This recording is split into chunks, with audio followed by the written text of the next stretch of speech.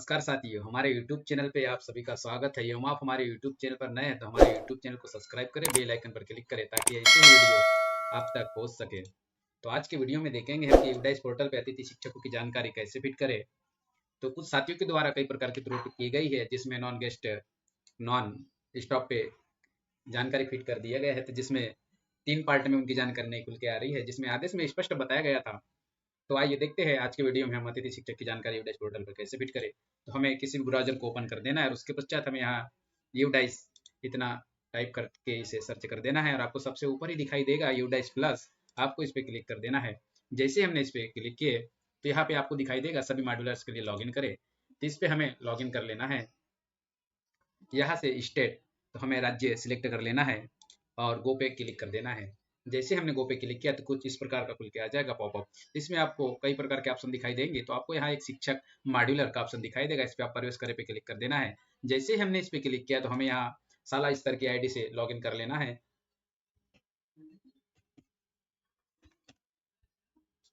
और लॉगिन पे क्लिक कर देना है। जैसे हमने लॉगिन पे क्लिक किया तो आपको यहाँ 2 ऑप्शन दिखाई देंगे, तो जिसमें आपको पहले वाले नंबर पे क्लिक कर देना है। जैसे हमने इस पे क्लिक किए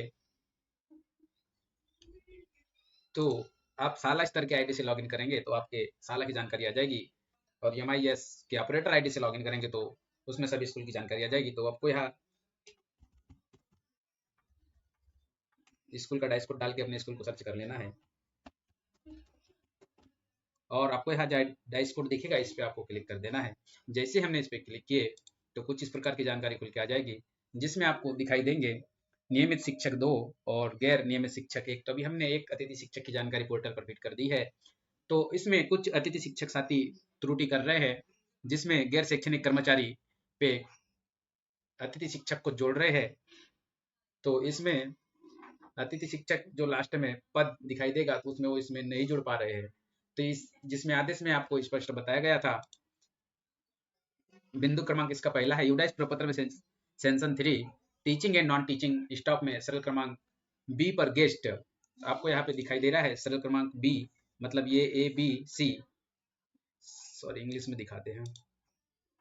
तो ए में रेगुलर टीचर स्टाफ दिखाई देगा, तो आदेश में भी इसमें बताया गया है बी पर गेस्ट टीचर की प्रविष्टि होगी। और दूसरा बिंदु क्रमांक है टीचर डिटेल्स में संलग्न प्रारूप में, तो इसके 3 पार्ट में जानकारी को दर्ज की जाएगी। एवं पार्ट ए एवं बी में अतिथि शिक्षक की स्थिति के आधार पर तथा पार्ट सी में संलग्न प्रपत्र में दिए गए सुझाव अनुसार प्रविष्टि की जाए। तो हमें यहाँ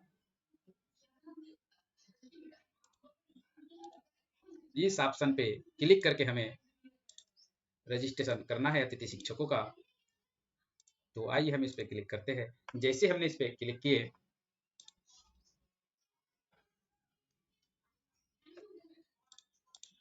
आपको यहाँ कोने में एक ऑप्शन दिखाई देगा भाषा का चयन करें, तो आप इसमें भाषा को बदलाव भी कर सकते हैं। और शिक्षक स्टाफ जोड़े पे आप क्लिक करें। जैसे हमने शिक्षक स्टाफ जोड़े पे क्लिक किए तो हमें यहाँ पे अतिथि शिक्षक का नाम फिट कर देना है। उसके पश्चात लिंग और जन्मतिथि, राज्य केंद्र शासित प्रदेश का शिक्षक कोड अगर से हो तो इसमें फिट करना है, नहीं तो हम इसे खाली छोड़ सकते हैं। सामाजिक श्रेणी, इसमें जाति वर्ग का जो SC ST OBC जनरल है तो उसमें आप अपने आवश्यकता अनुसार इसमें सिलेक्ट कर सकते हैं। उसके पश्चात उच्चतम शैक्षणिक योग्यता, तो इसमें आप अपनी योग्यता जैसे ग्रेजुएट, पोस्ट ग्रेजुएट जो भी है तो आप इसमें देख सकते हैं। उसके पश्चात अगर से हम ग्रेजुएट किए हैं तो ग्रेजुएट के अंदर जितने भी सब्जेक्ट आते हैं BA BSc, तो उसकी जानकारी इसमें फिट कर सकते हैं। उसके पश्चात व्यावसायिक शिक्षता, जैसे अपन DED वगैरह करते हैं तो यहाँ से आप जिस का डिप्लोमा है तो आप यहाँ से उसको सिलेक्ट कर सकते हैं। उसके पश्चात नीचे आ जाते हैं और यहाँ मोबाइल नंबर दर्ज करना है। उसके पश्चात ईमेल ID दर्ज करना है और उसके पश्चात शिक्षक आधार संख्या टाइप करना है। और जिस तरह से आधार पर हमारा नाम दर्ज है सेम उसी प्रकार से इसमें फिल करना है, तभी ये वेरीफाई होगा, अन्यथा ये फेल हो जाएगा। उसके पश्चात निम्नलिखित विषयों का अध्ययन किस स्तर पर किया जाता है इसका उल्लेख करें। तो गणित विषय के अध्ययन का स्तर तो आप यहाँ से सिलेक्ट कर सकते हैं। अगर से आप ग्रेजुएट है और BSc गणित से है तो आप इसमें सिलेक्ट कर सकते हैं। अगर से 12वीं तक हमारा गणित है तो इसमें भी हायर सेकेंडरी, और 10वीं तक है तो सेकेंडरी तक करना पड़ेगा। उसके पश्चात आपको विज्ञान विषय, इसी प्रकार से ये सभी विषय को देख लेना है। उसके पश्चात विकलांगता का प्रकार दिखाई देगा तो इस पर नॉट अप्लीकेट। और उसके पश्चात नियुक्ति की प्रकृति, तो इसमें हमें तीसरे नंबर वाले ऑप्शन पर क्लिक करना है गेस्ट फैकल्टी पार्ट टाइम। उसके पश्चात जिस तारीख से हमने अतिथि शिक्षक के रूप में पढ़ाना प्रारंभ किया है, चाहे वो अन्य विद्यालय का क्यों न हो, तो उसकी हमें यहाँ दिनांक फिट करना है। उसके पश्चात हम वर्तमान में किस विद्यालय में पढ़ा रहे हैं और उसमें जिस हमारी ज्वाइनिंग दिनांक है तो यह वहाँ पे फिट कर देना है। उसके पश्चात हमें जमा करे पे क्लिक करना है और अगला पेज पे आगे बढ़ना है। तो इस प्रकार का डिस्प्ले पे मैसेज दिखाई देगा और यहाँ पुष्टि करे पे आपको क्लिक कर देना है। जैसे हमने पुष्टि करे पे क्लिक किए है तो आपको यहाँ पे राष्ट्रीय शिक्षक कोड अध्यापक का प्रकार, तो हमें यहाँ टीचिंग यानी टीचर पे क्लिक कर देना है। उसके पश्चात आप किन कक्षाओं को पढ़ाते हैं, तो जैसे प्राइमरी में पढ़ाते हैं तो प्राइमरी ओनली, और मिडिल में पढ़ाते हैं तो अपर प्राइमरी ओनली, और प्राइमरी विद अपर प्राइमरी, तो हम यहाँ, और उसके पश्चात स्तर।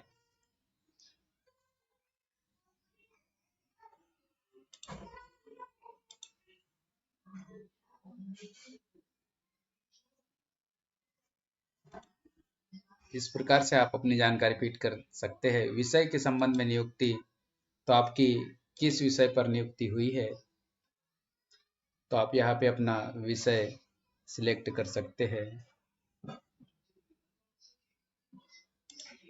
उसके पश्चात मुख्य विषय जिसे आप पढ़ाते हैं, उसके पश्चात आपका एक दूसरा विषय होता है जिसको हमें पढ़ाना होता है। जैसे गणित में है तो उसमें विज्ञान भी पढ़ाना पड़ता है। उसके पश्चात क्या आप अध्यापक अन्य विद्यालय में प्रतिनियुक्ति पर इस विद्यालय में आए हैं, तो इसमें हमें नई नई पे क्लिक कर देना है। क्या शिक्षक दूसरे स्कूल में अतिथि के रूप में पढ़ा रहे हैं, तो इसमें इसमें भी हमें नई पर क्लिक करना है और अपडेट करे पे क्लिक कर देना है। जैसे हमने अपडेट करे पे क्लिक किए है तो इसका पार्ट 3 खुल के आ गया है, और यहाँ पे हमें डब्लू जो विकलांग वाले होते हैं उसकी प्रशिक्षित है, तो हमें यहाँ पे नहीं कर देना है। कंप्यूटर के उपयोग तथा कंप्यूटर के जरिए अध्ययन, तो इसमें हमें नहीं कर देना है। अगर से आप किए हैं तो इसमें हाँ करना है। प्राप्त किया गया प्रशिक्षण, अगर से आपने किसी प्रकार का प्रशिक्षण लिया है तो आप इस पे क्लिक कर सकते हैं।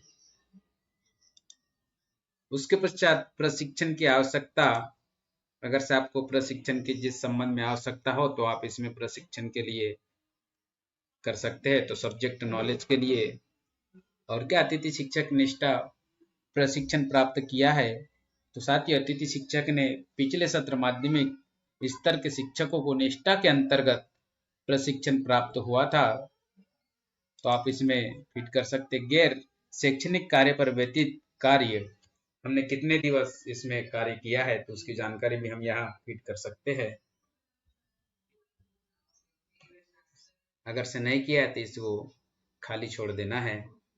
उसके पश्चात हम किस किस भाषा का ज्ञान है, तो हमें सर्वप्रथम तो हिंदी है, उसके पश्चात इंग्लिश, और तीसरी भाषा अगर से आप अदर इनमें से जो भी आती है तो आप इसका सिलेक्ट कर सकते हैं, वरना इसे हम खाली छोड़ सकते हैं। क्या क्या बच्चों की सुरक्षा सुनिश्चित करने के लिए स्कूल की सुरक्षा और सुरक्षा हिसाब किताब की जांच में प्रशिक्षित है, तो आप इसमें आप अपने आवश्यकता अनुसार इस पर क्लिक कर सकते हैं। क्या साइबर सुरक्षा और मोनो सामाजिक पहलुओं पर प्रशिक्षण प्राप्त किया है। उसके पश्चात क्या WCN के शुरुआती पहचान समर्थ कक्षा, तो आप इसमें अपने अनुसार पढ़कर इसकी जानकारी फीड कर सकते हैं। और उसके पश्चात अपडेट करे पे आपको क्लिक कर देना है। जैसे हमने इस पे अपडेट करे पे क्लिक करना है और हमारी जानकारी यहाँ सक्सेसफुल तीनों पार्टों में से हो जाएगी। उसके बाद हमारा अंतिम कार्य एक रहता है, हमें यहाँ पे जानकारी दिखाई देगी जिसमें आपको एक लाल कलर से दिखाई देगा वेरिफिकेशन अंडर प्रोसेस, तो इसे हमें खुद से वेरीफाई करना है। तो वेरीफाई करने के लिए हमें क्या करना पड़ेगा, तो आपको यहाँ नीले कलर में दिखाई देगा वेरिफिकेशन आधार, तो आपको इस पे क्लिक कर देना है। जैसे हमने इस पे क्लिक किए तो आधार कार्ड की जानकारी मैच होने के पश्चात आपको मैसेज दिखाई देगा आधार नंबर वेरिफिकेशन सक्सेस।